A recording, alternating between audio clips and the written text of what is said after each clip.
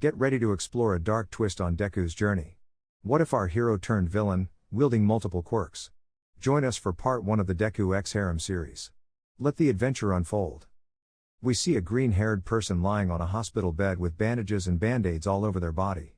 They slowly open their eyes, struggling from tiredness. Sitting up on the bed, they realize they're in some sort of laboratory. Before they can attempt to stand, they hear a door opening, revealing 2 people.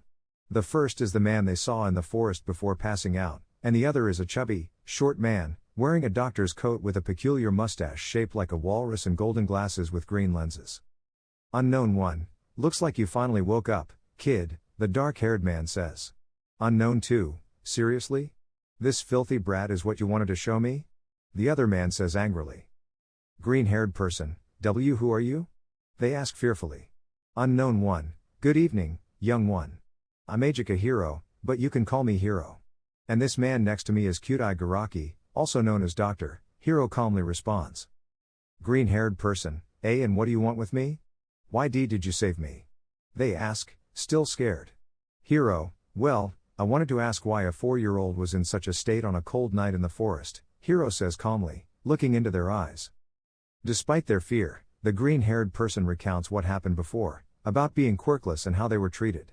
Hiro feels sorry for the kid, while Dr. Cute-Eye, despite hearing their story, shows little pity and much disinterest.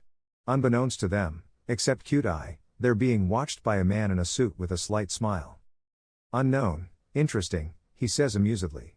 Hiro, I'm sorry for what you had to go through, kid, he says sadly.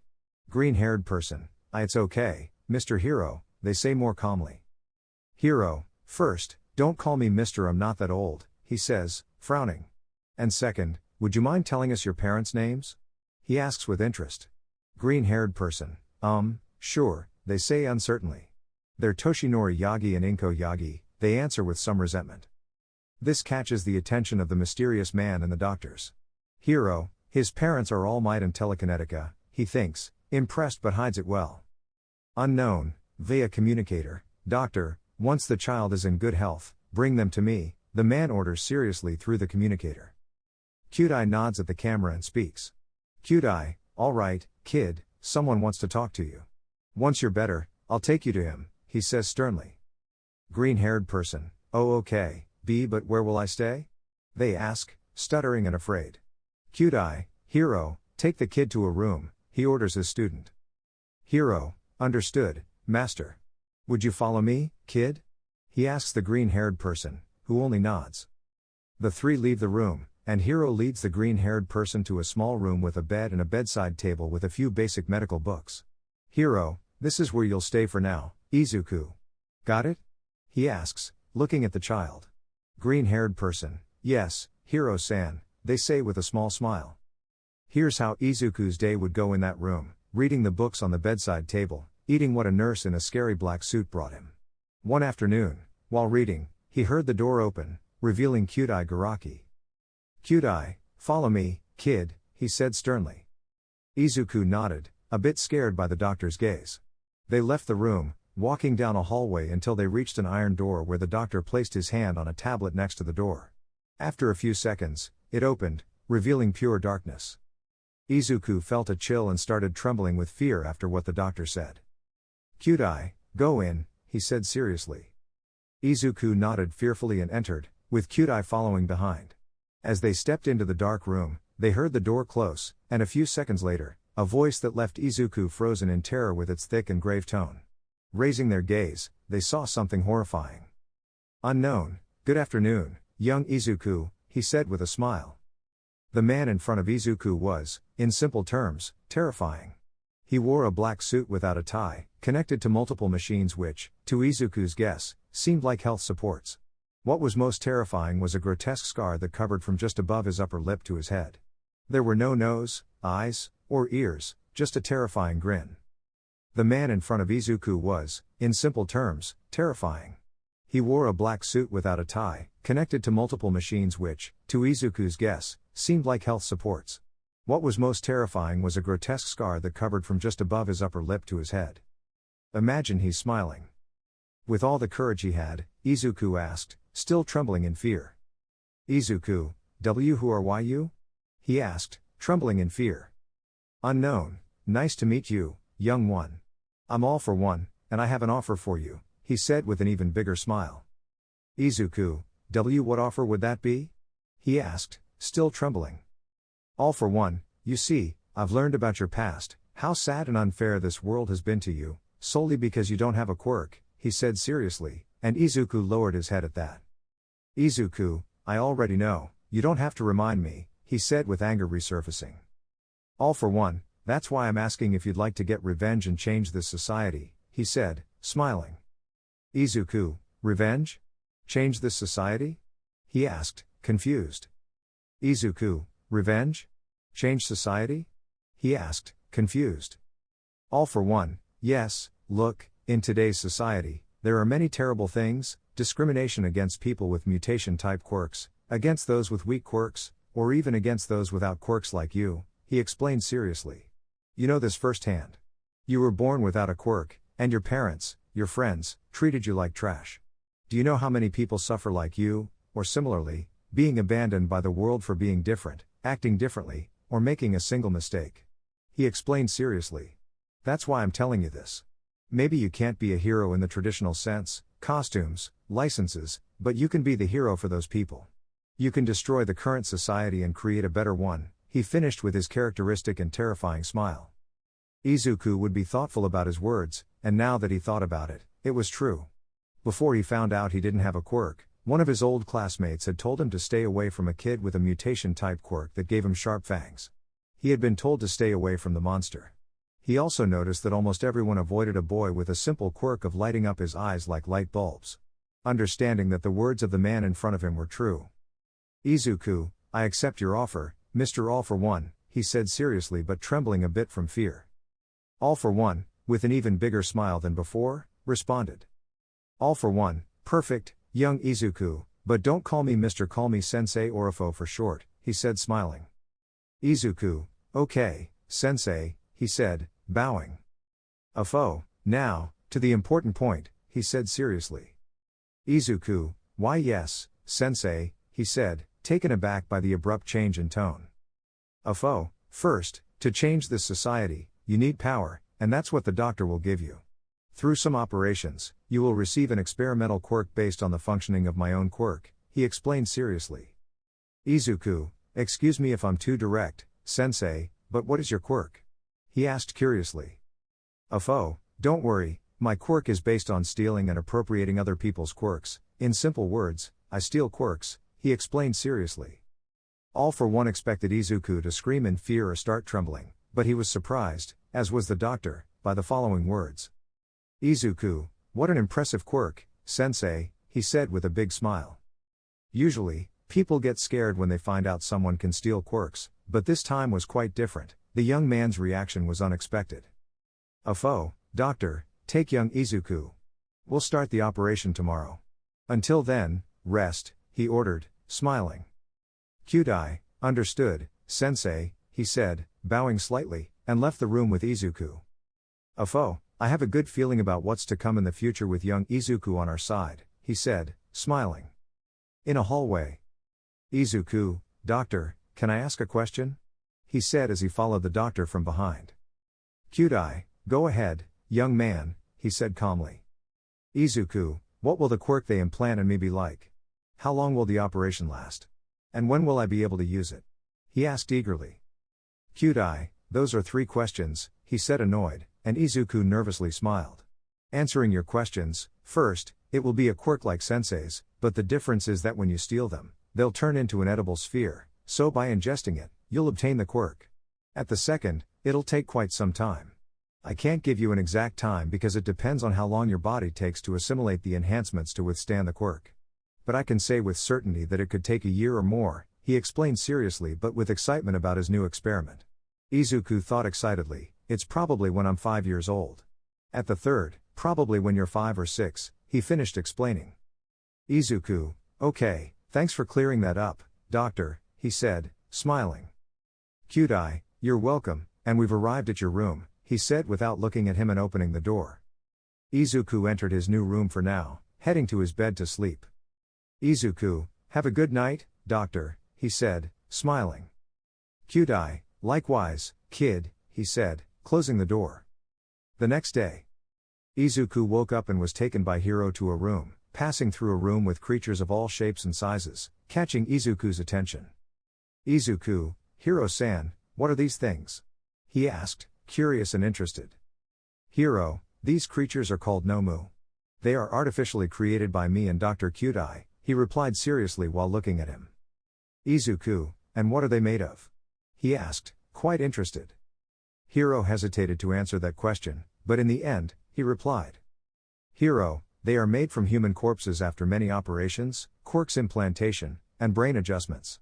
This results in the Nomu, a creature that only obeys specific orders from its creators or specific people for combat, he explained seriously. Hiro expected a scream or Izuku to faint, but instead, he received something unexpected. Izuku, impressive, he said excitedly. Hiro was surprised and couldn't hide it because other people who had been shown or heard about this said things like how horrible it is to do that to people or similar responses. Izuku, but I think the fact that they only follow orders isn't very efficient, he said thoughtfully. Hiro, what do you mean? He asked, interested in his response. Izuku, I mean, if they only follow orders, they're, so to speak, weak because they're muscle without a brain, said Hiro, not understanding what he meant, but before he could say anything, Izuku continued, think about it, if you order it to attack a hero, the Nomu obeys the order and attacks. But if the hero has combat experience and is at the same power level, so to speak, he could dodge and counterattack, while the Nomu just keeps attacking the hero, not bothering to dodge or counterattack. In that way, they are weak against strong and experienced heroes, he explained with some nervousness. Hiro was impressed by his viewpoint on the Nomu, and upon careful consideration, he realized he was right. Hiro, later, I'll tell the doctor and sensei about this. They'll probably be very interested, maybe give them enough knowledge to dodge and counterattack, he thought seriously. Hiro, we've arrived, he said seriously as he opened a door.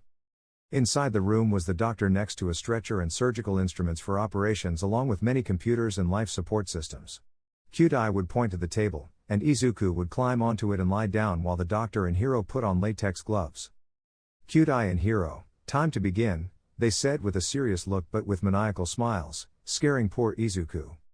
About 6 years passed since I arrived at the doctor and Hiro-san's laboratory, and besides meeting sensei, many things happened that I'd like to share. The first year was one of the toughest 10 months, full of painful surgeries to implant my new quirk, along with physical enhancements, as the doctor put it, to endure it, and awful meals. Something that really surprised me and brought me immense joy was when sensei gave me a new surname. No more Izuku Yagi, now I'm Izuku Shigaraki. I usually call him father in private, but when someone else is around, I call him sensei. Even better, I have a new mother who cares for me deeply, called Saiko Shigaraki, the wife of my new father. After that day, thankfully, my operation ended, and I was able to test my new quirk, which was amazing. I still remember the first time I used it like it was yesterday. Flashback. A flashback shows a 5-year-old green-haired boy in a dark room with a man tied and gagged to a chair. Dr. Kyudai and Hiro are on the right, and All for One is on the left. All for One, alright, Izuku, let's see if your new gift works under good conditions. That's why we have this test subject, he said, smiling. Izuku, I see, he said with a determined look. And what's his gift? He asked, curious. Kyudai, his gift is called Claw Hands. It allows him to turn his hands into sharp claws, only his hands, the doctor said calmly. Izuku, wow, an impressive gift, he said, impressed and excited. Hiro, alright, young Izuku, time to start the tests, he said, showing a bit of excitement in his voice. Izuku, okay. And how do I do it? He asked, with an anime-style sweat drop. All for One, Hiro, and the doctor all had a sweat drop too. Haha, we forgot to explain, doctor, would you do the honor? He said, smiling. Kyudai, of course, sensei, he said respectfully. You see, Izuku, put your hand on the man's head, he said calmly. Izuku obeyed and placed his hand on the trembling man's head. Izuku, and now? He asked, uncertain. Hiro, imagine you're extracting the gift and compressing it into a sphere, he said, excitedly. Izuku did as asked, and he saw a light emanating from the man's head, turning into a small, dull gray sphere in his hand. Izuku, ready, what's next? He said, growing more excited. Kyudai, eat the sphere, he said, excitedly. Izuku, really? He said, raising an eyebrow and seeing all three nod. Okay, he said before finally eating it. Kyudai, do you feel anything different? He asked, looking at him eagerly. Izuku, ew, it tastes horrible, he said disgusted. And to answer your question, doctor, I feel a bit different, he said puzzled. Hiro, Izuku, he said, looking at him, imagine your hand turning into a metal claw, he explained with excitement. Izuku imagined his hand turning into a claw and was amazed, happy, and shocked, as were the other three behind him, each with a smile of joy, as his hand turned into some kind of metal claw. Izuku, it worked, he shouted with joy. Kyudai and Hiro, excellent work, they said happily. All for one, magnificent. Good job, Dr. Hiro, and congratulations on your new gift, Izuku, he said, smiling. Izuku, Kyudai, and Hiro, thank you, Sensei, they said happily. End of flashback. The second and third years were calmer but also the most physically demanding. According to the doctor, Hiro-san, and Sensei, I not only had to train my gift but also my body. So, the doctor created an exercise routine for me, which I followed for 2 years. I also learned various things. Sensei told the doctor that I learned quite quickly, so I improved my intellect by studying various subjects like school studies, medical studies, and more. In the 4th year, nothing significant happened. I just learned different fighting styles like karate, tai chi, boxing, among others. I also fought with my gifts against some weak nomas, mostly emerging victorious but quite injured, though rest, bandages, and a bit of healing gift always fixed me up.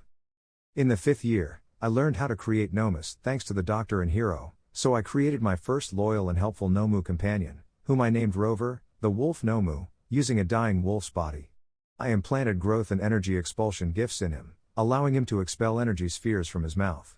He's loyal and obedient to me and Sensei. In the 6th year, I met my father's bodyguard, Gigantomachia. Though initially he tried to attack me on my father's orders, and obviously he won our little fight, I managed to earn his respect and loyalty. According to Machia, partly because my father introduced me as his son, I have what it takes to be one of his masters. After a small chat, he called me young master and said that occasionally he'd come to chat or practice techniques with me because he's very tough. After using an analysis gift, I found out Machia's gifts are endurance, pain blocking, gigantification, dog, energy efficiency, muscle rigidity, and mole. Now, after a few days of meeting Machia, I'm with father, waiting for someone called Kurogiri and apparently my older brother by 2 years. Father didn't tell me his name, he said it's better to know him in person. Now, in front of us, a black mass is forming, from which 2 people emerge. The first was a tall man in a bartender's suit, his face covered by purple smoke with 2 yellow lights resembling his eyes, and metal plates on his neck. And the second was a boy, 1 year older than me, with dull blue hair, red eyes, a small scar under his eye and lower lip, and a smile, who said. End of Izuku's POV. Hello, little brother, I'm Tomura Shigaraki, your older brother, he said with a smile. Izuku's POV. Now I'm facing what would be my older brother, Tomura. I notice him smiling with excitement, maybe because he found out I'm his younger brother. Honestly, I'm excited too, I never had an older brother before. After a chat between us, I learned that he's 11 years old, 1 year older than me since I'm 10, and his quirk is quite interesting, in my opinion. It's called decay, which turns any object or living being into dust when he touches it with all 5 fingers. He usually wears gloves covering 3 fingers to avoid accidentally turning something into dust. After that, I said goodbye to father and went with Tomura and Kurogiri, along with Rover, to a bar where Kurogiri would show me to my room. Inside, there was just a simple bed and a nightstand. I sat on the bed, and soon there was a knock on the door. I opened it and saw Tomura holding 2 video game consoles, and he asked me. End of Izuku's POV. Tomura, do you want to play with me? He said, a bit nervously. Izuku, yes, let's play, I said, smiling excitedly. They spent the whole afternoon playing video games together. 6 years later. We see a 16-year-old Izuku in his room with several computers and a workbench with various tools. At the moment, he was sitting at his desk, looking at his hero notebook alongside some villain and hero analysis papers. In one corner, Rover slept, biting onto a dog-shaped toy carrot, with a small smile. Izuku's POV. 6 years have passed since I moved in and joined the League of Villains with Tomura as the leader, me as his second in command, and Kurogiri as a member. During this time, I acquired various quirks of all kinds. Tomura also appointed me as the League's medic, information gatherer, and strategist. It's annoying to have 3 roles in the League, but well, that's my role. Kurogiri's primary role is the League's transportation, as well as the bartender and chef. We also have 2 adorable younger sisters, each 15 years old, named Tatsumaki and Fubuki Shigaraki. During this time, I acquired various quirks. The first one was Enhance, which allows me to enhance objects I hold in my hand. For example, I can enhance the tip of pencils for durability or make my notebooks waterproof. It's like wearing a lightweight armor. I also realized I could enhance the quirks I steal. Next is Overclock. This quirk stimulates my brain's information perception, giving me greater speed, reflexes, and improved healing factor. Originally, this quirk had the risk of causing brain death, but after using Enhance, I eliminated that risk. Also, the healing factor is significantly improved, though still weak. For example, a bone usually takes about 7 or 8 weeks to heal. With Enhance, it's reduced to 4 or 5 weeks. Then there's Rivet Stab. This quirk transforms my fingers into black tendrils with prominent red cracked lines, which can easily pierce bodies. However, I can choose whether to harm the target or not. Electromagnetic waves allows me to generate electromagnetic pulses that can shut down and damage machines within my range. Lastly, quirk copying enables me to copy other people's quirks, but they are weaker copies compared to the originals. However, after using Enhance, the copied quirks are now permanent and even better than the originals. Those are the most important quirks I acquired so far. Another thing to note, thanks to our mediator, Hiron, whose role is to recruit members for the League, although I also do that upon Tomura's request. I set up a business in the underworld by selling the inventions I create, earning quite a lot. We split the earnings 60-40, with 40% for Hiron and 60% for me. We made quite a profit, and I made a name for myself in the underworld, Usagi, based on the sales, the first thing that came to mind. Now I hear Kurogiri calling me for breakfast. I leave my stuff aside and go downstairs with Rover to eat. As I open the door, I see Tomura eating and greet him, as I do every morning. End of Izuku's POV. Izuku, good morning, Kurogiri, Manolo, I said, looking first at Kurogiri and then at Tomura with a mocking smile. Kurogiri, good morning, young Izuku, he said politely. Tomura, with a pulsating vein on his forehead and without his hand on his face, stop calling me Manolo, he said, annoyed. Izuku, all right, I said, rolling my eyes. Here, Rover, eat, I said, giving Rover a plate of dog food, which he happily ate. The morning passed peacefully in the bar until Tomura brought up a topic about the League. Tomura, Izuku, how's the search for members going? He asked seriously while playing his console on the couch. Kurogiri, who was cleaning some glasses, looked at Izuku while he was on his computer, waiting for his response. Izuku, for now, it's going well. I found several interesting people, like Gentle Criminal, La Brava, etc., he said as he typed on his computer. Tomura, good, he said, returning to his game. They stayed in comfortable silence for several minutes until they heard a television turning on, grabbing the attention of the 3, who left what they were doing. All for one, good afternoon. As you should already know, the UA tests will be held in a few weeks, right? To which the 3 nodded in agreement. We must seize this opportunity to have an infiltrator, he said seriously. Tomura, Izuku, and Kurogiri were slightly surprised and nodded again, serious. Izuku, I've already taken care of that, sensei, he said, drawing everyone's attention to him. All for one, well done, young Izuku, he said, smiling.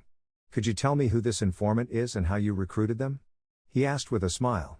Izuku, yes, he said plainly. I recruited them for the League a few months ago. During that time, I made sure they were trustworthy and helped them train to enter the hero course, he said, smiling, making Tomura and Afo smile too, and Kurogiri as well, although it wasn't visible due to the smoke on his face.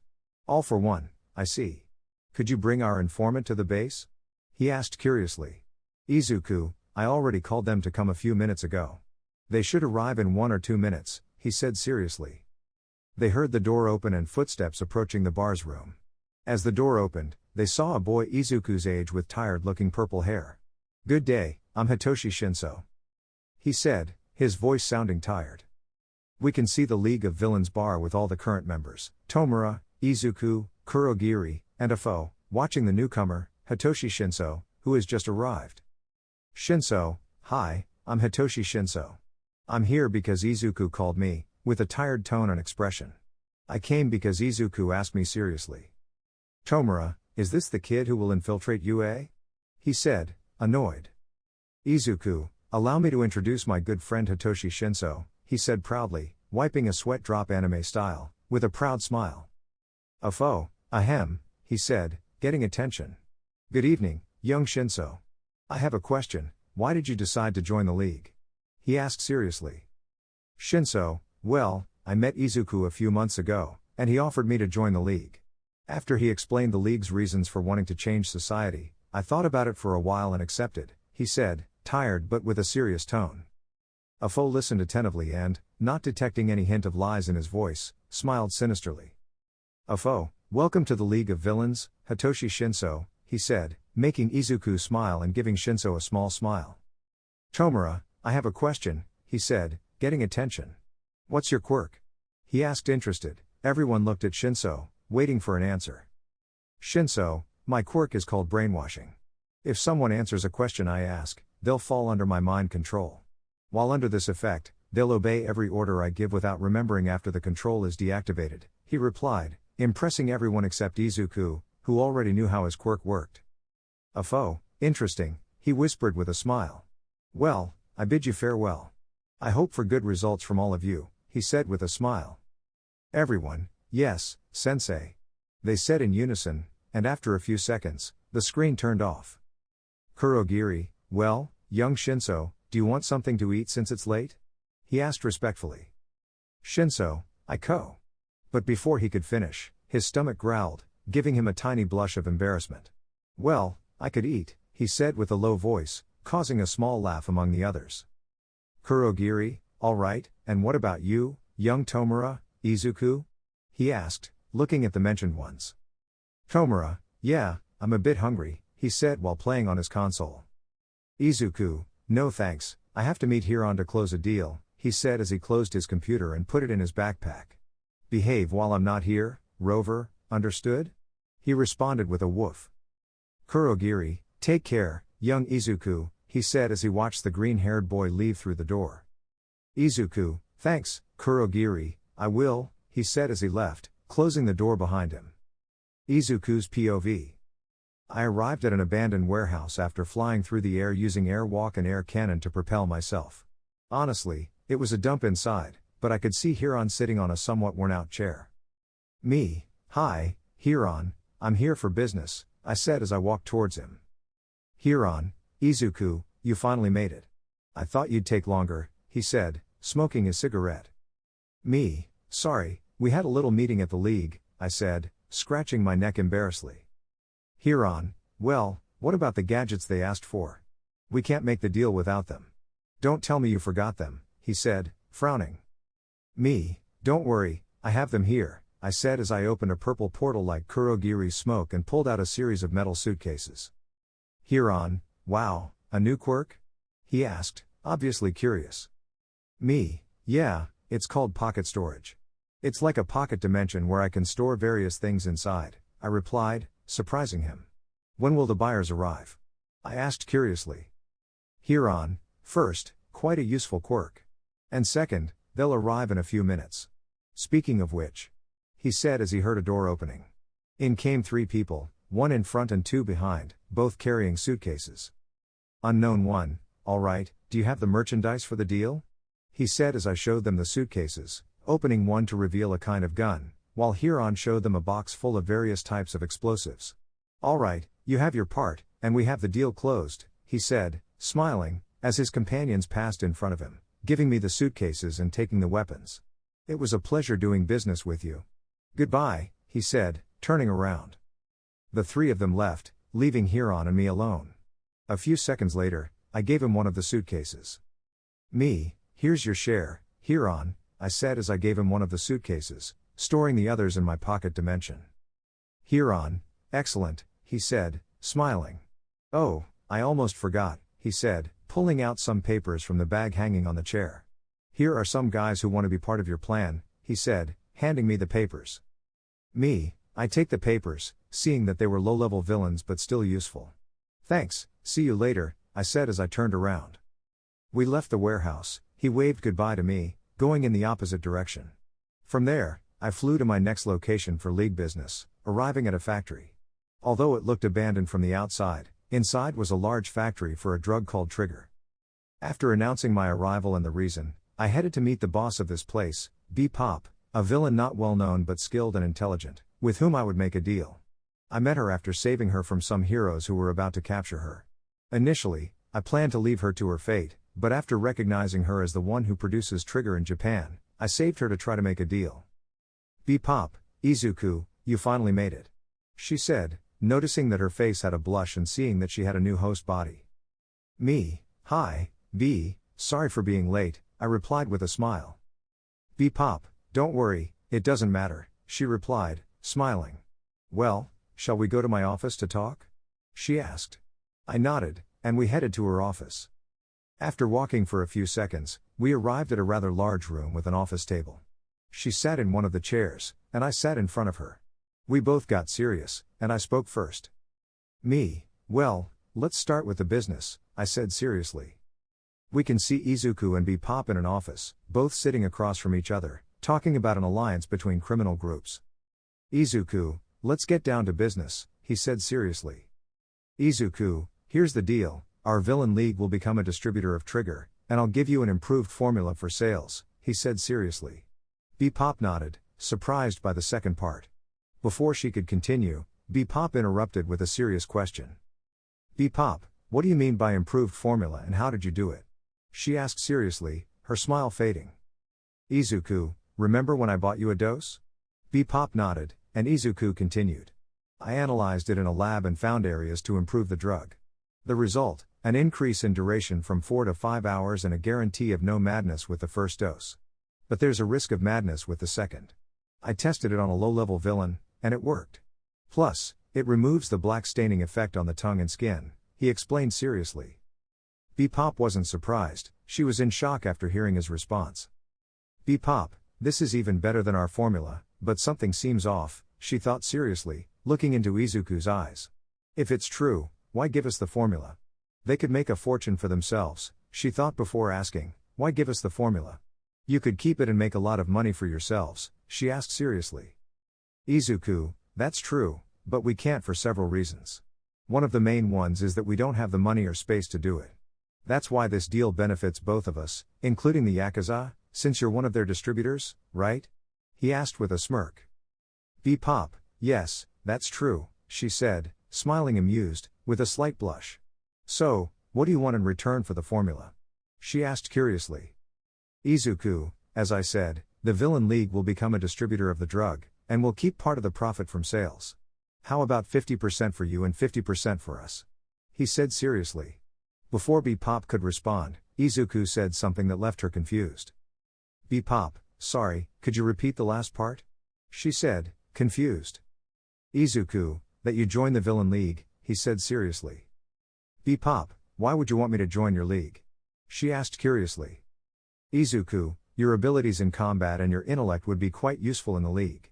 Plus, we're looking for members. Also, it'll help us gradually take over the Trigger business, he thought seriously. Pop, I can accept the first two parts, but I need some time to think about the third, she responded with a nervous smile. Izuku, fair enough. Do we have a deal? He asked seriously, extending his hand for a handshake. Pop nodded, and they shook hands. Pop, deal. It's a pleasure doing business with you, Villain League, she said, smiling. Izuku, as part of the deal, here's the Trigger 2.0 formula, he said, handing her some papers. Pop eagerly received them. Well, I'll leave. I'll patiently await your answer, he said with a smile as he headed to the exit. Pop, wait, I'll walk you out, she said, placing the papers in a locked drawer and following him out together. After leaving the room and walking to the exit, Izuku made sure there was no one around before speaking up. Izuku, well, I'll see you another day. Wait for your answer about joining or not. I left my number on the papers for you to call, he said with a smile, getting ready to fly away. Pop, okay, she said, pausing for a moment. Wait, she said before he took off, flying closer with her wings and giving him a kiss on the cheek, making both Izuku and herself blush. Well, goodbye, she said, quickly entering the warehouse. Izuku flew off into the air towards the hideout, but before he got too far, he thought with a shout. Izuku, she kissed me, he said, blushing furiously. Bebop, I kissed him, she thought with a shout a few seconds after entering the warehouse, touching her lips. But, she finished with a small smile and a blush. It was worth it, she thought, smiling. After leaving the trigger factory, Izuku arrived at the League's bar, tired. Upon entering, Kurogiri and Tomura looked at him wide-eyed.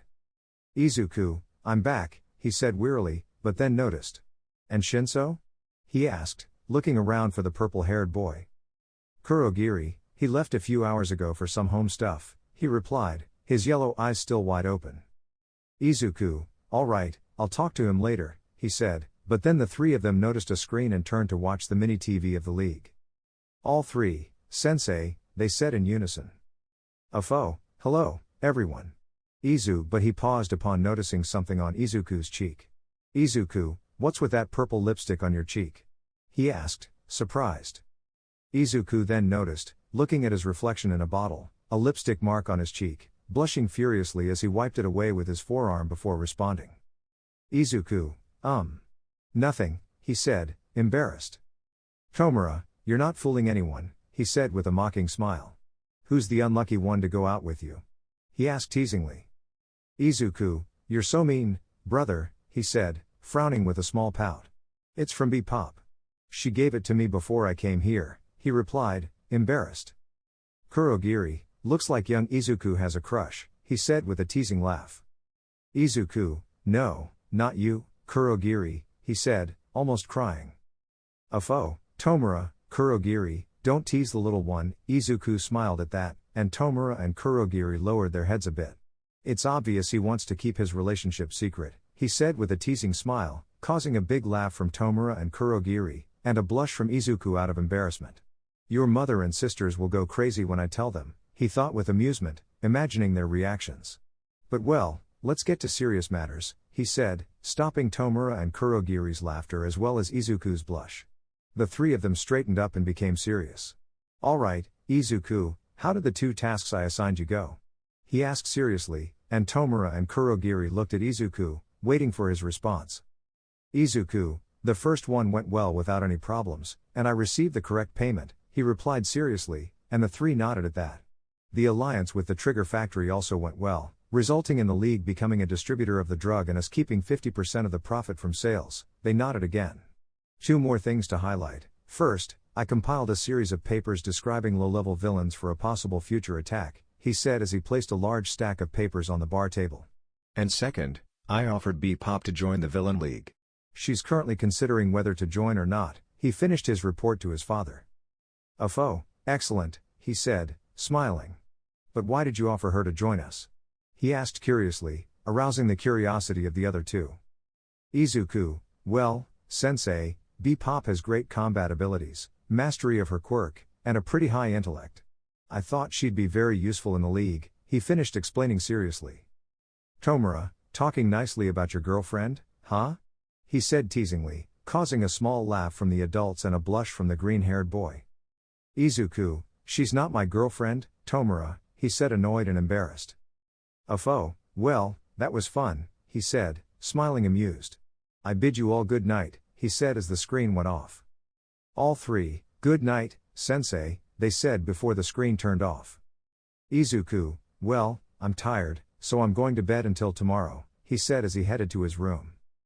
Both, good night, they said as they watched the green-haired boy leave and then returned to what they were doing, Tomura with his video game and Kurogiri with his glasses. POV Narador. We've seen what happened with our protagonist Izuku Shigaraki. Now, the question arises, what happened to the Yagi family? POV narrator 12 years ago. As someone once said, you don't know what you have until it's gone. That's precisely what happened to the Yagi family. After getting rid of the family's trash, he became the beloved son/brother. To make it clearer, 2 days after abandoning Izuku Yagi, a deep sense of guilt and remorse engulfed Inko, Toshinori, and Izumi, Izuku's mother, father, and sister. They rushed as fast as the car allowed them, arriving at the abandonment site. They were left in shock upon seeing a large patch of dried blood on the grass. Inko, no, she said, covering her mouth with her hands as tears streamed down her cheeks. Toshinori. Toshinori didn't say anything, he just fell to his knees, lowering his head. It can't be. Being the symbol of peace and a father.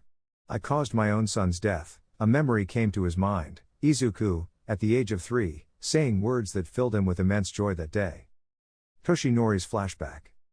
Izuku, Dad, I promise that when I get my quirk, I'll become the #1 hero and save everyone with a smile like the great All Might. He finished with a big smile and determination in his eyes, making Toshinori smile. End of Toshinori's flashback. Unable to bear it any longer, he shed several tears. But then, Izumi noticed something. Izumi, Mom, Dad, look, she pointed to what seemed to be footprints. These could be footprints, a trail. Maybe my brother is still alive, she said, crying tears of joy. A glimmer of hope appeared in the eyes of the elders. Inko, let's follow the trail, my baby might still be alive, she said, following the trail and shedding a few tears of joy.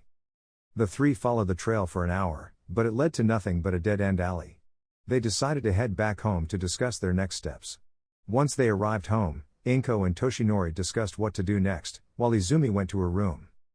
Toshinori, we need to figure out a way to find Izuku, he said, thinking. I'll ask my friend Naomasa Tsukuchi, a police detective, for help, he said with a smile. Maybe Izuku made it to a city or someone helped him get there, he finished with a smile. Inko, all right, she nodded. I'll ask the Wild Pussycats agency if they can locate Izuku in the forest. Does that sound good? Receiving a nod from Toshinori. All right, let's go. They both got up and prepared to leave, even though it was late. The agency and the detective were still open. Inko, Izumi, dear, your father and I are going out for a moment. Behave until then and don't open the door for anyone, understood? She asked, receiving a yes, Mom. Both adults left the house. Meanwhile, in Izumi's room, she lay on her bed, looking at a photo of her and her brother together, smiling with tears starting to fall. Izumi, don't worry, brother. When we find you, we'll be the best heroes together, she said, smiling through her tears as she hugged the photo. While Inko and Toshinori were seeking help from Tsukuchi and the Pussycats, respectively, Izumi was planning her own path. Police Central. Toshinori arrived, asking to speak with Detective Naomasa Tsukuchi. After a few minutes, he was called into the office, where he found Tsukuchi sitting at his desk, reading some papers. He looked up, seeing Toshinori, and smiled nervously, waving at him. Tsukuchi, Toshinori, good to see you. What brings you to my office at this late hour? He asked with a smile. But upon seeing Toshinori's troubled expression, he knew something was wrong. What happened? He asked seriously. Toshinori, well, it's about Izuku. After a slight pause and making sure no one was listening, he told him everything that happened since they discovered Izuku didn't have a quirk, the beatings, physical and psychological abuse, etc. Tsukuchi did what anyone would do in that situation. He stood up from his desk, walked slowly towards Toshinori, and hugged him, comforting him. Tsukuchi, how could you do that to your own son? You're supposed to be the symbol of peace and the #1 hero. How could you do this? He asked, almost shouting, shaking Toshinori from side to side. Toshinori, I know. I'm a terrible father. That's why I came to ask for your help in finding him, he said, feeling dizzy as Tsukuchi let him go. You see, we went to where we left him, and we found a trail. We believe he's still alive. That's why I came. I need your help to find him. Tsukuchi, you know he's probably not alive, and even if he is, do you think he'll come back and act like nothing happened? He asked seriously, seeing Toshinori lower his head. Toshinori, I know there's a low chance he's alive, but I'd rather cling to that hope and believe he's alive, rather than giving up. I won't make that mistake again, he said with determination in his eyes. Tsukuchi, all right, I'll help you find him, he said, making Toshinori smile. But I can't promise we'll find him. It may take a while, understand? Receiving a nod from Toshinori. Well, let's start with the paperwork, he said, pulling out some papers. Meanwhile with Inko. A similar scene played out with Inko. She asked for help, explaining everything except the abuse, as she told a lie that they went to a barbecue near the forest and he got lost when they lost sight of him for a moment. Mandalay, don't worry, we'll help you find him, she said, smiling along with her team, making Inko smile. Thank you so much, she said, bowing before leaving the place and returning home. Thus, both adults arrived home and talked about what happened a few minutes ago. After that, They had dinner and went to sleep until morning to start their hero rounds. End of POV. Narrator 12 years ago. That answers the question of what happened to the Yagi family after Izuku Yagi's abandonment.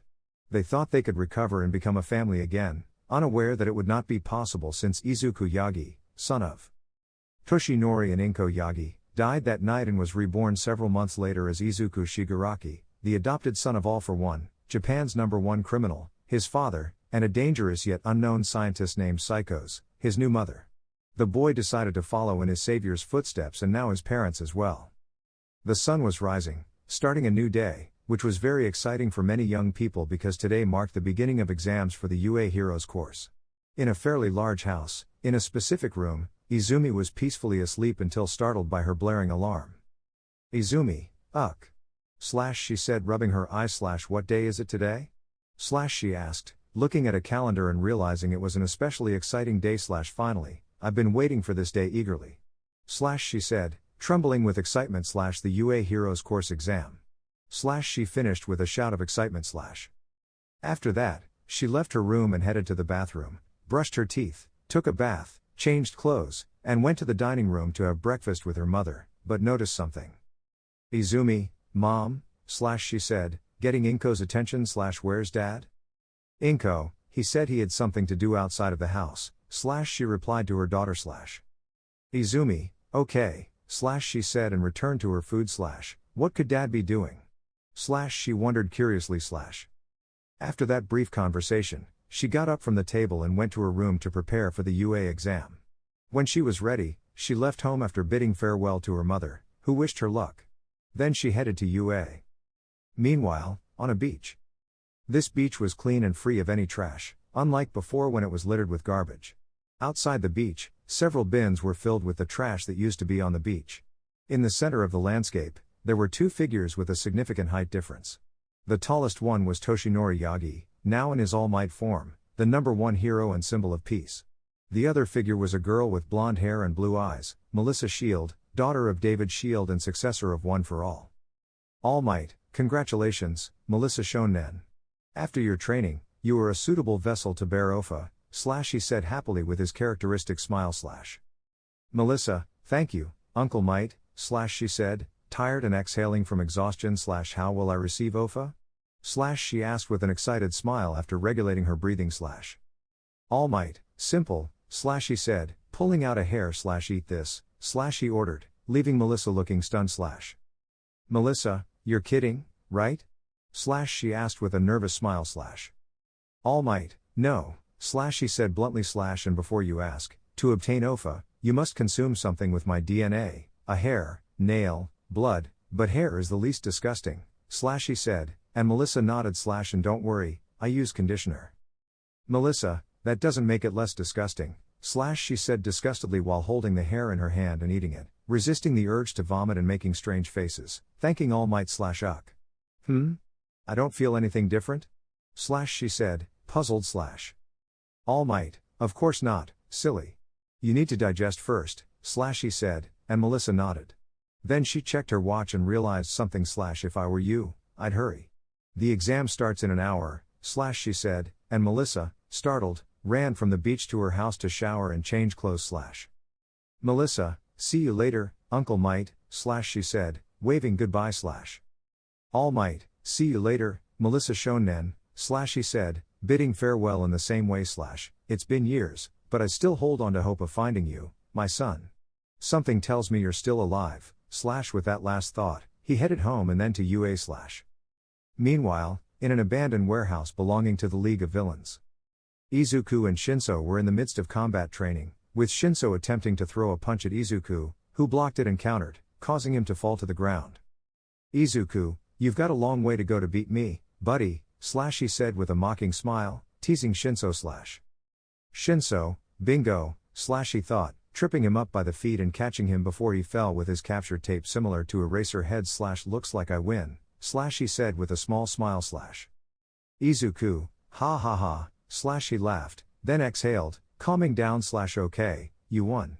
Let go of me, I'll call Kurogiri to take us to the bar, he said, and Shinso released him. Izuku called Kurogiri, and a few seconds later, they were both transported to the bar on a purple cloud. Izuku, thanks, Kurogiri, for bringing us to the bar, he said, smiling. Shinso, yeah, thanks, he added. Kurogiri, no problem, but was interrupted by an angry shout from Tomura. Tomura, go take a bath. You stink like death. He shouted angrily. Shinso and Izuku, okay. They said lazily and went to their respective rooms to shower. After a few minutes, they both returned to the bar to have breakfast and chat about trivial things like UA, what Shinso would do there, and how to kill heroes, just the normal stuff for a group of villains. Kurogiri, young Shinso, the UA exam will start in a few minutes. Let me transport you near the location, Kurogiri said, and the three young men realized he was right, the exam starts in 30 minutes. Izuku, Kurogiri's right. You better hurry, Shinso, Izuku said, looking at Shinso. Shinso, alright, Kurogiri, take me there, he said, and he responded with a sure. But before leaving, Izuku and Tomura said something to him. Izuku, good luck, Shinso, and break a leg against the competition. He said with a big smile and a thumbs up. Tomura, don't attract too much attention, understood? He asked seriously, and Shinso nodded in affirmation. With that, Shinso disappeared from the bar, and Tomura and Izuku went back to what they were doing. Meanwhile, in an alley near UA, Shinso and Kurogiri appeared. Kurogiri was about to leave but gave him some words of encouragement. Kurogiri, good luck, young Shinso, and with those last words, he left the place with a portal. Shinso, thanks, he said, then left the alley and headed to UA. Shinso, Melissa, and Izumi had arrived at UA almost at the same time, only minutes apart. Izumi was excited about entering, Melissa was nervous because she hadn't manifested one for all yet, and Shinso was studying the surroundings. Shinso thought to himself as he walked, so, this is UA, it's quite big. If I recall correctly, Izuku recommended that I keep an eye on the other participants in case one seems like they're going to enter the hero course. With these thoughts, he entered UA. Melissa thought desperately, oh no, I still haven't manifested Ofa and it's been almost an hour.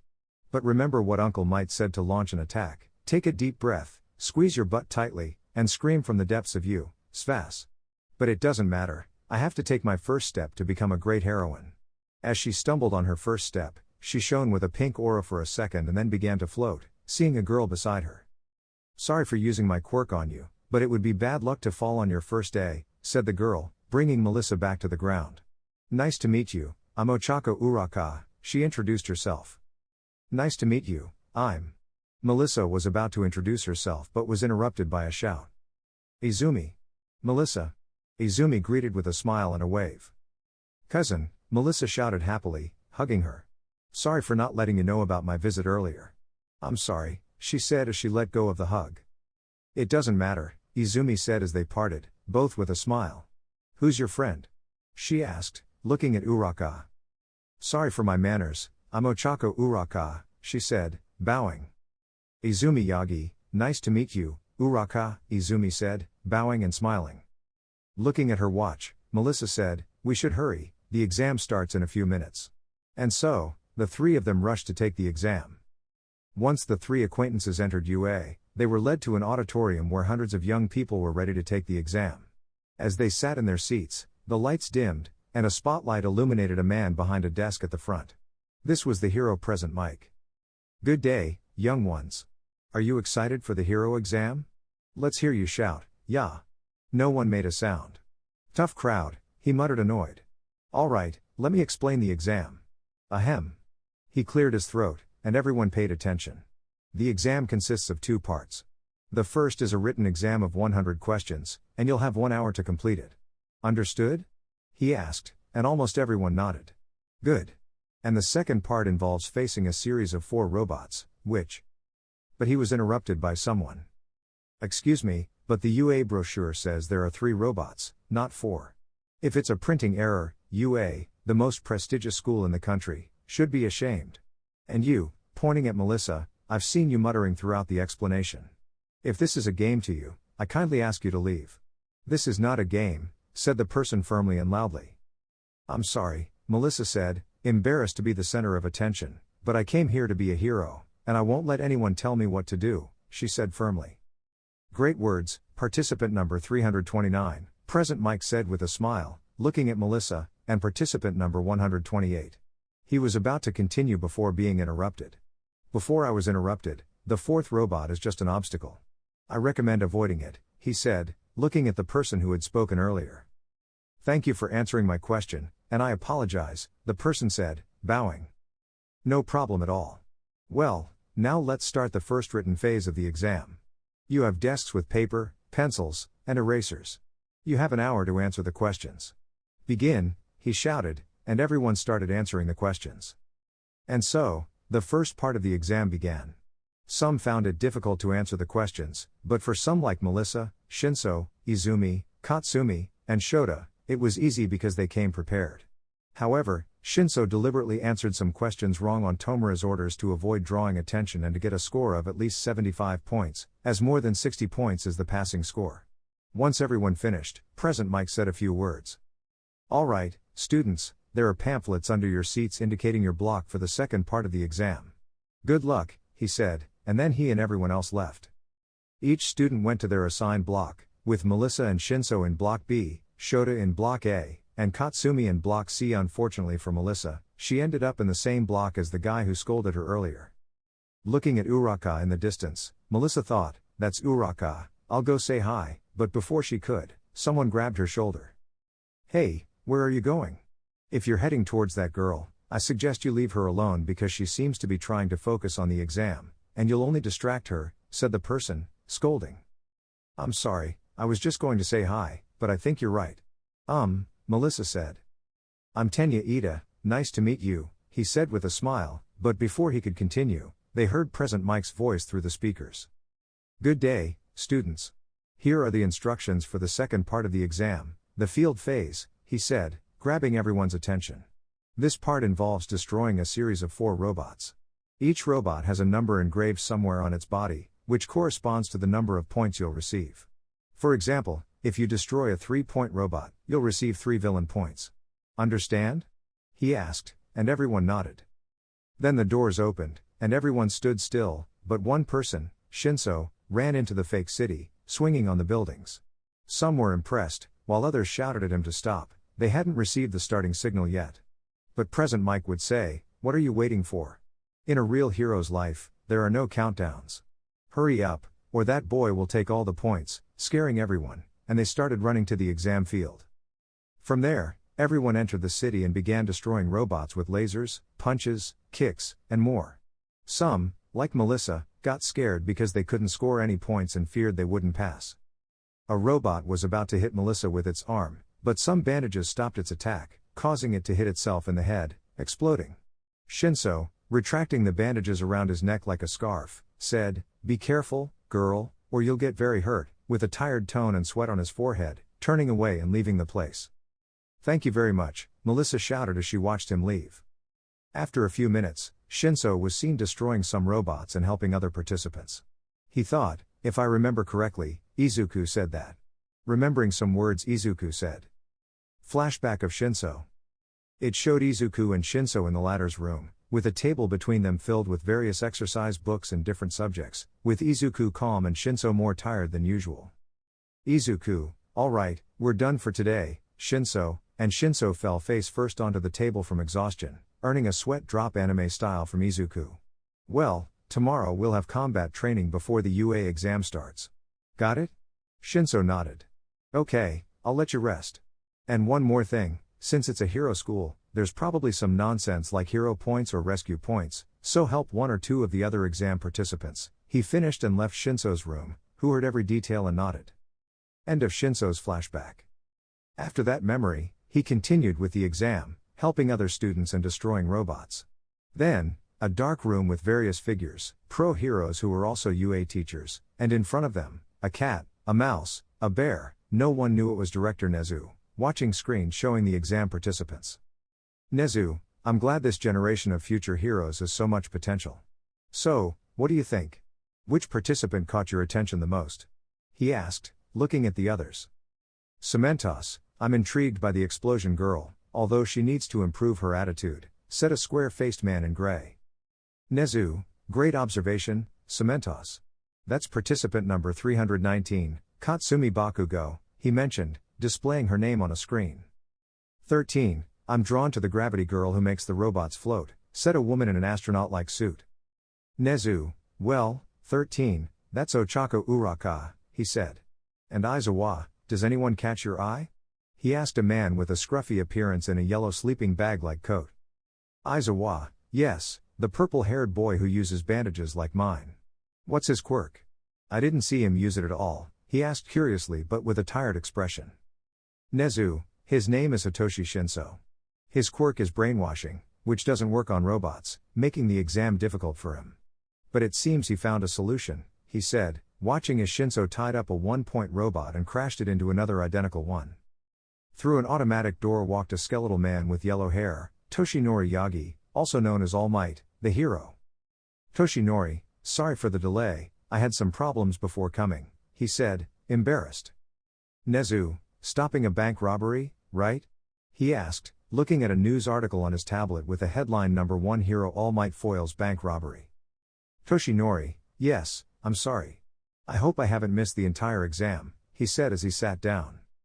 Nezu, no, now the real fun begins, he said, pulling out a button with the number 0 on it. It's time to see the real heroes. Ha ha ha ha, he laughed maniacally, sending shivers down the other teacher's spines, and he pressed the button. Back at the training field, everything was normal until a massive tremor was felt, and a giant robot larger than the buildings appeared, being the 0-point robot, frightening everyone. Student N117, run, it's the 0 points, he shouted as he fled. Everyone ran away, including Tenya Ida and others. Melissa was about to leave, but then she heard a cry for help. She saw the girl she met trapped under rubble with her leg pinned. Without realizing it, Melissa ran towards the robot, preparing to jump. Her legs became covered in bright red lines, then turned into yellow rays as she jumped towards the robot, preparing to punch it, thinking, from the depths of your heart, with all your strength. Smash! Her punch created a massive explosion on the 0-point robot's head, sending it backward and causing the rest of its body to explode. Everyone, including Shinso, was impressed by this. Toshinori smiled proudly at his successor. However, Melissa's legs and the arms she used to punch were now bruised and broken, and she fell to the ground at high speed. In her desperation to avoid hitting the ground, she thought about using her other arm, but some bandages wrapped around her, stopping her fall and lowering her safely to the ground. Shinso, be careful, kid. You broke your legs and arm just by using your quirk, he said as he lowered her. Just then, Present Mike's voice was heard. Present Mike, all right, the exam is over. You can go home, he said, and everyone left, still stunned by what they had witnessed. Someone's injured, said an elderly woman, the youthful hero recovery girl. Shinso, yeah, these two, he said, pointing to Melissa and Uraka as the old woman approached. Recovery, all right, you can go home, kid. I'll take care of them. Thank you for helping her, she said to Shinso, who nodded and left. But before he could leave, he heard Melissa shout. Melissa, thanks for helping me again, she shouted as she received a kiss on the cheek from recovery girl, her body glowing green from the kiss. Shinso nodded and left, heading straight to the League's hideout. He had to inform Izuku and Tomura about what he had seen. And so, the exam for the UA students ended. Some did well with a chance of passing, but others didn't fare as well, with no chance of passing the exam. A week had already gone by since the UA exams ended, and everyone who took them nervously awaited the results. Among them were Izumi, Melissa, Shota, and Katsumi. Though the latter two were calm, as they were confident they'd made it into the hero course, another group awaited patiently, the League of Villains. Some, like Kurogiri and Tomura, doubted their success, but Izuku trusted Shinso completely. Although he seemed calm on the outside, Shinso was nervous about not getting in and disappointing the League. Finally, the day arrived when the results were delivered. At Melissa's home.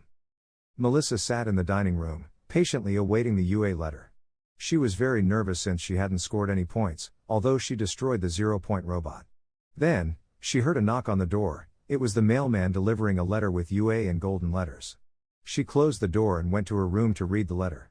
To her surprise, inside the envelope was a small device that played a video of All Might. All Might, on video, greetings, Shield participant. Today, I'm here to give you the exam results. You scored a perfect 100 in the written exam. Melissa smiled at this news. But that doesn't guarantee a spot in the hero course, All Might continued. Melissa's smile faded, and she grew nervous. You see, in the practical exam, you didn't earn any points. Melissa's head dropped as she sobbed. But Melissa lifted her head as All Might spoke again. You earned rescue points. Melissa looked surprised, wondering what that meant. In the practical exam, points aren't just awarded for defeating robots, they're also given for helping others. A hero selflessly aids others without expecting anything in return. A video then played showing Uraka asking Present Mike if she could give some of her points to Melissa, surprising Melissa herself. Thanks to that, you earned a total of 180 rescue points, All Might said, astonishing Melissa. And to enter the hero course, you need over 60 points in the written exam and 60 points in the practical exam. Thanks to these results, you've secured a place in the hero course. Melissa was on the verge of tears of happiness. Congratulations, Melissa Shield. This is your hero school, All Might's voice said as he extended his hand with a smile. One last thing, classes start next Monday, and your UA uniform should arrive tomorrow. That's all, and remember to give it your all, as they say at UA, go beyond. Plus ultra. With that, the device turned off. Melissa, yay, I passed, she shouted at the top of her lungs, jumping with joy. The same happened with Izumi, ending with the same result, shouting with joy. Something similar happened with Shota and Katsumi, although Shota was neutral as if he didn't care, and Katsumi had a smug smile, saying things like of course, I got in, I'm number one, increasing her ego. At the League of Villains base. The usual people were seen here, Tomura with his video game, Kurogiri with his glasses, Izuku with his computer, and Rover sleeping on his legs. Until there was a loud noise, alerting everyone, putting them on guard until Shinso entered through the door, breathing heavily, relaxing everyone as he had an envelope with the letters UA. Shinso, the UA results have arrived, he said, exhaling heavily. A screen lit up in the bar. Oh, well done, young Shinso. Show us, he said impatiently, like the others. Shinso opened the letter, revealing a small device, and a video played showing a tired-looking man with bandages on his neck and completely black clothes. Tomura, what's a vagrant doing in UA? He asked, puzzled, saying what everyone thought except Afo and Izuku. Izuku, he's not a vagrant, Tomura, even though he looks like one, he said, getting attention. He's the hero Eraserhead, he said, making everyone understand. Shinso, quiet, I can't hear, he said, silencing the others. Aizawa, participant Hitoshi Shinso, let's get to the point, he said tiredly, earning a sweat drop from the viewers. You scored a total of 86 points in the written exam, he said, making Izuku smile, congratulating Shinso, who just thanked him. And a total of 47 points in the practical exam and 39 rescue points, totaling 86 points in total, more than required to enter the hero course, which are 60 points in written and practical exams. So, you're in the UA hero course. Congratulations, he said wearily, giving a single applause, earning an even bigger sweat drop. Your uniform will arrive at your home tomorrow. Go beyond your limits, plus ultra, and with that, the video ended before anyone in the bar could speak. Tomura, filthy vagrant, he said, grabbing the device and disintegrating it in his hand. If you're so tired, just quit being a hero, he said, annoyed. Izuku, doesn't matter, he said indifferently, watching Tomura's action. Besides, he turned to Shinso, congratulations, Shinso, you made it, he shouted, giving his friend a hug and a smile. Kurogiri, congratulations, young Shinso, he said, looking at him, a hint of joy in his voice. Afo, yes, congratulations, came from the TV. Tomura, you did a great job, he said calmly. Up to this point, Shinso was embarrassed by receiving so many compliments, but he smiled because of it. Shinso, thank you, everyone, he said with a smile. Izuku, well, to celebrate, he said, going behind the bar where Kurogiri was. Ta-da, he said, pulling out a chocolate cake. I made this with Kurogiri to celebrate your entry into the course, he said, smiling, and Kurogiri nodded in confirmation. And so, the league celebrated Shinso's achievement in entering UA, and they were one step closer to their goal, eating a slice of cake. They also gave some to Afo and the mad scientists, as well as to their mother and sisters. Other young people who passed also celebrated with their families, like Melissa and Izumi in the same place, etc. So, the following week, everyone prepared for the first day of UA, leaving their homes early to arrive on time. Shinso was one of the first to arrive at the hero school, and upon entering, He wondered why there was an excessively large door. He thought it was ridiculous, but he understood it because of the heteromorphic quirks. They kept arriving one by one until Melissa and Izumi arrived together, talking, watching a particular scene. "Ida, get your feet off the table, can't you see it's disrespectful to the makers and previous users?" he said in a reprimand, moving his arms like a robot. "Katsumi, huh?" she said, looking at him. "Who are you, extra?" she asked, annoyed. "Ida, extra? What a way to refer to your classmates. I'm Tenya Ida," he introduced himself. "Katsumi, ha, and what school are you from?" she asked, looking at him. "Ida, I'm from the prestigious Somei school," he said. "Katsumi, an elite, I'll enjoy crushing you," she smiled arrogantly. "Ida, crush me? Do you really want to be a hero?" he asked, surprised by her attitude. Then he saw Melissa and approached. "Ida, nice to meet you, I'm Tenya Ida, and I've come to apologize for how I treated you in the exam," he said, bowing. "And I'm surprised you discovered the true purpose of the exam," he said with a smile. "Melissa, don't worry, no problem, it's in the past," she said with a smile, but then she heard a voice behind her. "Uraka, oh, you're the one who saved me from being crushed," she said, making Melissa, Izumi, and Ida turn around. "Nice to meet you, I'm Uraka Ochako, and what you did was amazing. With just one punch, you destroyed the robot," she said, throwing a punch in the air, embarrassing Melissa. "Melissa, what's that?" she said, drawing everyone's attention to the floor. "Aizawa, finally, it took you 10 minutes to realize I was here. Well, everyone, take your seats," he said, making everyone sit down. "Good morning, I'll be your teacher for the remainder of the school year. I'm Shota Aizawa. I know it's sudden, but you can put these on and go to the testing ground," he said, handing out blue uniforms.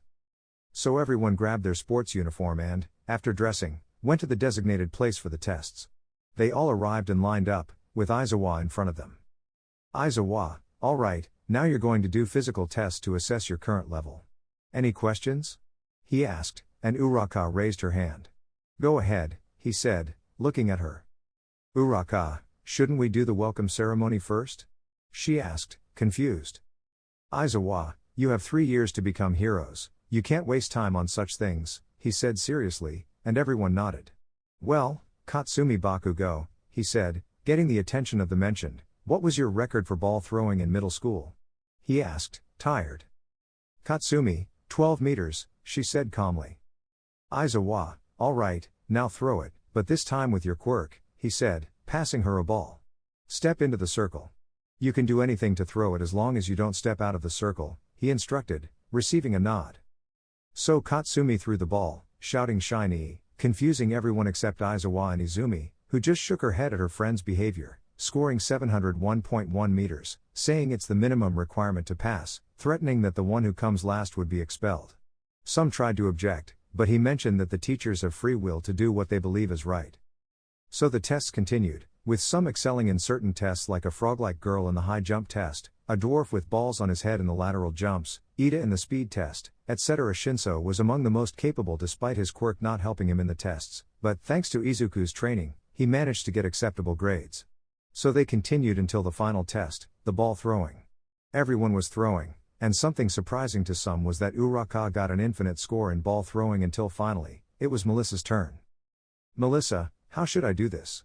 I barely control my quirk, and if I use too much, I'll break my arm," she thought, lowering her head while walking to the circle, being watched by everyone, including All Might, who arrived to see his daughter and successor. "Well, no matter, I'll just give it my all," she thought, preparing the 100% of Ofa to throw it. But when she threw it, nothing happened, and when she saw Aizawa, his eyes were shining red while she was being pulled towards him by her bandages. "Aizawa, is this some kind of joke to you, kid?" he asked annoyed. "Look, I know what you were thinking, just using your quirk and breaking your arms, right?" he asked, surprising Melissa, indicating he was right. "But that way, you'll just be a burden to all your classmates if you keep doing the same thing all the time. Learn to control your quirk, and you won't be just a burden to everyone," he said seriously, surprising Melissa. Then he let her go. "All right, back to the circle and throw the ball," he said seriously as he deactivated his quirk. "Melissa, he's right, I can't afford to be a burden to my classmates. I have to improve quickly," she thought, determined. Melissa, more determined, returned to the circle and threw the ball, but this time, only concentrating the power of 100% of one for all on her finger to propel the ball, scoring 700.8 meters, surprising everyone. Then Melissa turned to Aizawa and looked at him, clenching her fist. Melissa, Professor/Aizawa, she looked at him, still conscious, she said, clenching her fist, looking determined. Aizawa, this girl, he said, smiling, surprised. Shinso, Izuku told me to keep an eye on Shield because she could be dangerous. He remembered what happened later on the day of the UA entrance exam. Flashback. Shinso had returned to the league's base and informed Izuku and Tomura about what happened. But when he mentioned Melissa Shield breaking the giant robot with a punch, it caught Izuku's attention. After that, he went to his room, but before entering, Izuku would speak to him, asking something. Izuku, Shinso, you said Melissa Shield broke a giant robot with a punch, right? He asked, receiving a nod in affirmation. Thank you. Tomorrow, if she's in the hero course, keep an eye on her. She could be a danger. Rest. He turned around, returning to the bar, and Shinso entered his room. So, she has super strength, he thought amusingly. According to the records, Melissa Shield didn't have a quirk, he thought confidently. Maybe I've found the one for all successor. I should inform Dad of my suspicions, he said, going the other way with a crazed smile. End of flashback. So, the day ended with the expulsion turning out to be a joke, and everyone stayed because they showed potential, continuing with normal classes. The day ended, and they went home. Izumi, Melissa, Uraka, and Ida went together to the train to return home, and Shinso went to an alley to be transported back to the league's base, informing Izuku of what happened with the students and their quirks, catching Izuku's and Afo's attention regarding some quirks like those of Momo Yaoyorozu or Kirishima Eijiru, among others. After that, Shinso went to sleep for the second day of UA tomorrow. It was already dawn in Japan and several young people got up from their beds, including Izumi, repeating their daily routine, showering, changing clothes, having breakfast, and going to UA. Something similar happened with others, even Shinso, except for one or two outbursts of anger from Tomura because Izuku ate half of his breakfast and remained hungry, but other than that, everything was normal. Now we're at UA, specifically in the Hero course, Class 1A. The class was somewhat noisy with students talking about the first Hero class and a rumor that had been spreading. Eijiro Kirishima, a redhead, asked a yellow-haired boy with a black lightning bolt, "Do you think the rumor about All Might working here as a teacher is true?" "I highly doubt it. He's probably busy being the #1 hero, stopping lots of villains," said Denki Kaminari, a yellow-haired boy with a black lightning bolt, smiling. Just then, there was a knock on the door, and everyone fell silent, returning to their seats. A muscular blonde man opened the door and entered, proclaiming, "I'm entering like a normal person." All Might shouted with a smile. At that moment, the classroom erupted in cheers of happiness at the sight of the symbol of peace entering.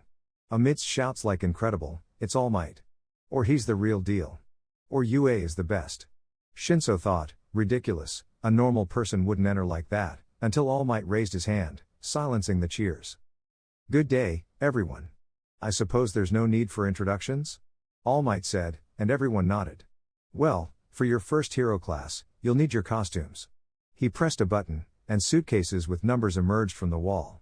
The support course made your costumes to measure and specifications when requested. Everyone nodded.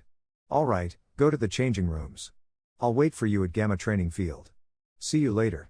After saying that, everyone left for the changing rooms, and All Might headed to the training field.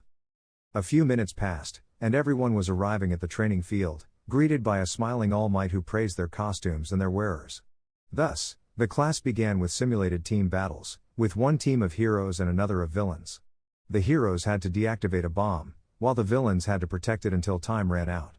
Several teams were formed, and the battles began, with some won by heroes and others by villains. One standout student was Shota, who froze the entire building, winning instantly. The final battle was between Uraka and Melissa against Katsumi and Ida, forming Team B and Team C, respectively. "Sensei, which team will Shinso be on?" Melissa asked curiously. "All right, let's do rock paper scissors, and the winner will have Shinso on their team," All Might said, causing everyone to sweat a bit from what he said. Melissa and Uraka won the rock paper scissors, so Shinso became a hero alongside Melissa and Uraka. The trial began with the heroes waiting outside for 10 minutes while the villains hid the bomb somewhere in the 5-story building. "Okay, We need to make a plan, guys, Melissa said, looking at her team. To coordinate better, could you tell me your quirks? I'll start. My quirk is super strength. I can increase my physical strength, but if I increase it too much, I'll break my bones, she explained with a lie that her teammates believed, reacting slightly impressed because they had already witnessed her strength, although Shinso suspected she was lying. My quirk is gravity. I can make objects or people float by removing gravity, but if I lift something heavier than me, I get nauseous, Uraka explained. Melissa and Uraka then looked at Shinso, who sighed tiredly. My quirk is brainwashing. It allows me to mentally control anyone who answers a question I ask, Shinso said, impressing Melissa and Uraka. Wow. That's an incredible quirk, Shinso, Melissa said with a smile. Uraka followed with a yes, but then noticed something. We should hurry. We'll start in 2 minutes, she said, getting lost in thought. I've got it, she exclaimed, getting everyone's attention. We may have only known Katsumi for a short while, but from what I've seen, she has a temperamental attitude and little patience, so it's most likely that she'll come directly to attack us, Melissa said, and both nodded. And Ida will stay behind to watch and play his role as a villain, she added, and both nodded in understanding. So, this is the plan, Shinso, you can climb the building with your bandages and try to locate the bomb. If possible, if you see them coming towards us, let us know, Melissa explained, and Shinso responded with a serious nod. Meanwhile, Uraka and I will enter the building and try to find the bomb from inside or neutralize the villains, Melissa said, and Uraka nodded. All Might, through a speaker, asked, heroes and villains, are you ready? And watched from a room with cameras along with the rest of Class 1A as both teams nodded. Begin. He shouted, and the teams mobilized. And so, the battle began. Shinso climbed the building with his bandages, checking each floor for the bomb. He noticed Katsumi descending floors, realizing that the bomb was upstairs, and warned Melissa and Uraka about Katsumi's movements. Meanwhile, with Melissa and Uraka, as they entered the building and began ascending, they were met seconds later by an explosion from Katsumi. Finally, the extras arrived. Fight me now, Katsumi shouted angrily, her hand extended, glowing. Uraka, are you okay to keep going up? Melissa asked, and Uraka nodded. As Uraka started ascending, Melissa and Katsumi began their fight. Katsumi started by throwing an explosion, which Melissa dodged, sidestepping it. She then tried to counterattack with a 3% OFA punch, but Katsumi dodged. After that, Katsumi launched a large explosion, sending Melissa flying to the other side of the hallway. Hey, extra, you're underestimating me. Fight with everything you've got, Katsumi said angrily, launching another attack with a right hook. All right, Melissa said. Melissa dodged Katsumi's right hook and tried to attack with an explosion using her left hand, but Katsumi grabbed her right arm. Melissa applied a lock that slammed Katsumi to the ground, leaving her breathless. Katsumi propelled herself with an explosion to get up and attacked again with an explosion that Melissa couldn't dodge, hitting her head on, sending her to the other side of the hallway. Melissa, after recovering, ran away with 5% OFA, and Katsumi pursued her with her explosions. With Uraka and Shinso. Shinso was pressed against a wall behind the door where the bomb and Ida were. Ida was planning something ingenious, but then Uraka arrived. She was about to shout, but Shinso signaled for her to be silent. Quiet. Ida and the bomb are in this room, Shinso whispered to Uraka, who nodded. Do you have a plan, Shinso? Uraka asked, to which Shinso replied. It might be a risky bet, but we could enter and use my quirk, Shinso said. Uraka, unsure, nodded. Let's do it, she said seriously. Shinso just nodded. Inside the room, Ida paced back and forth, and then heard a noise. He turned toward the sound and saw Shinso and Uraka entering. Hey, villain, Shinso shouted with his quirk activated. Ida was about to respond but ended up hypnotized. Uraka approached calmly with a smile, passing by the hypnotized Ida and touching the bomb, saying deactivated, thus ending the exam. Meanwhile, with Melissa and Katsumi, the battle had progressed to the point where Melissa was about to strike with 100% OFA and Katsumi with a huge explosion.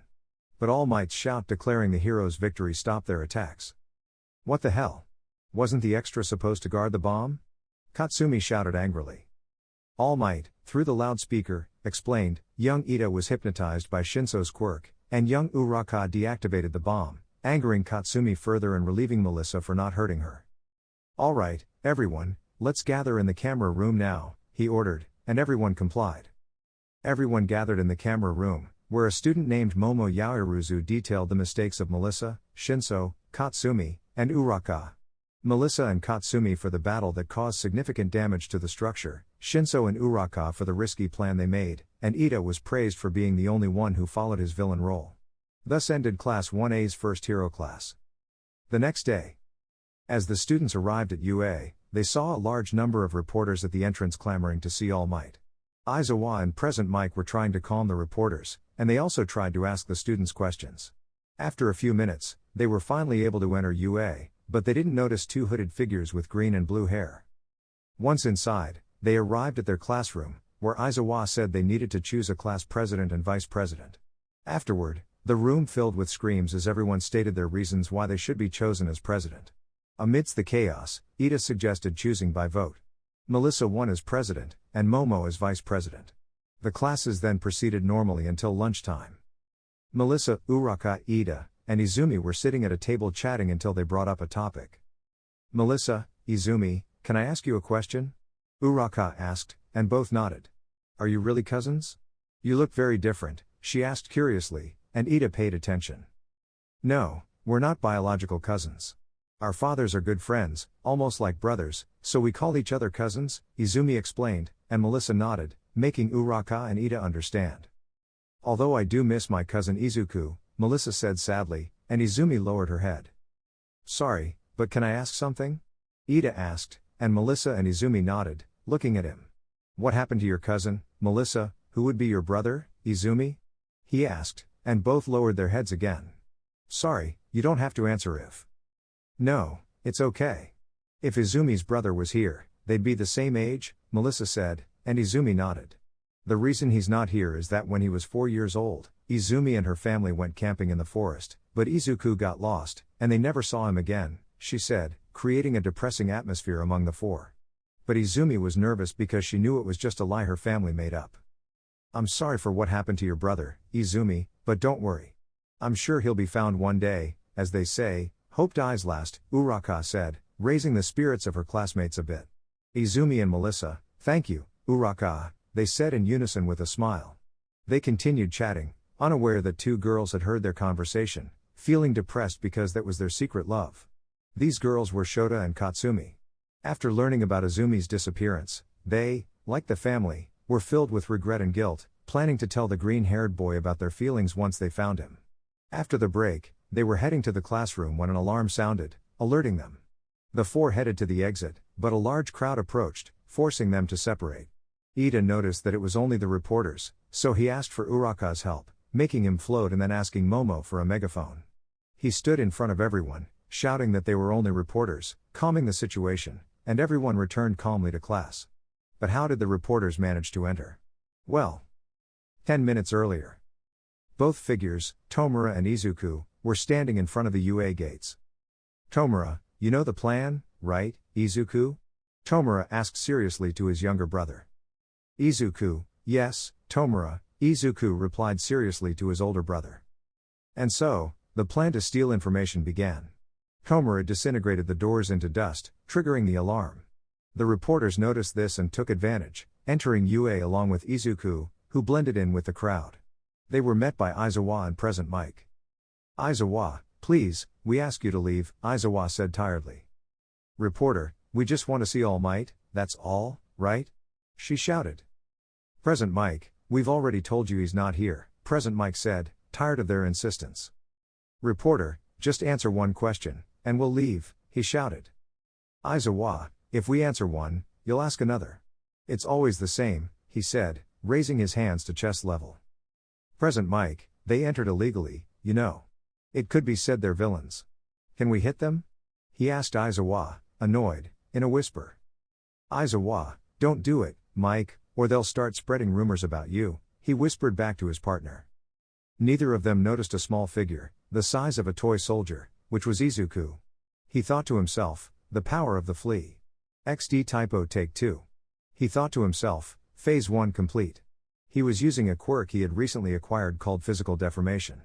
This quirk allowed him to deform his body to become something else, like a snake, monstrous hands, etc., even to minimize or enlarge his size. After entering UA, He headed to the principal's office with the blueprints of UA that Shinso had given him from his explorations of the place, passing through the blind spots of the hallway cameras. After a few minutes, he found the place, entered under the door, noticing that Nezu wasn't there. He used electromagnetic waves to damage and break the cameras. This quirk allowed him to generate electromagnetic pulses that could turn off and damage machines within a range of 10 meters maximum and 1 meter minimum. An interesting thing Izuku discovered was that if he mixed air cannon plus electromagnetic waves, the range of the second quirk increased to a maximum of 150 meters, although air cannon without any enhancement or rivet. After damaging the cameras, he returned to his normal size, sat in the principal's chair, and turned on the computer. Seeing that it required a password, he thought for a minute and put the best food in the world purely out of luck or amusement, and it was the correct password. After that rare moment, he entered the UA system, seeing the schedules of the Class 1A students and finding out that in 3 days, they would have a special class at USJ, a practice center for various disaster situations, and that All Might, Aizawa, and number 13 would go with Class 1A. Izuku had a sinister smile when he read that All Might would be there. "I'm sure Tomura and Dad will love to know this," he said in a sinister tone. After that big surprise, he copied all the information from the students of all courses and years to the schedules and information of each teacher and saved it on a memory card in his pocket. After that, he erased all traces of his presence and went to tell Tomura what he had discovered. Meanwhile, Melissa was in class but then looked out the window, having a bad feeling, but she ignored it and continued with her class.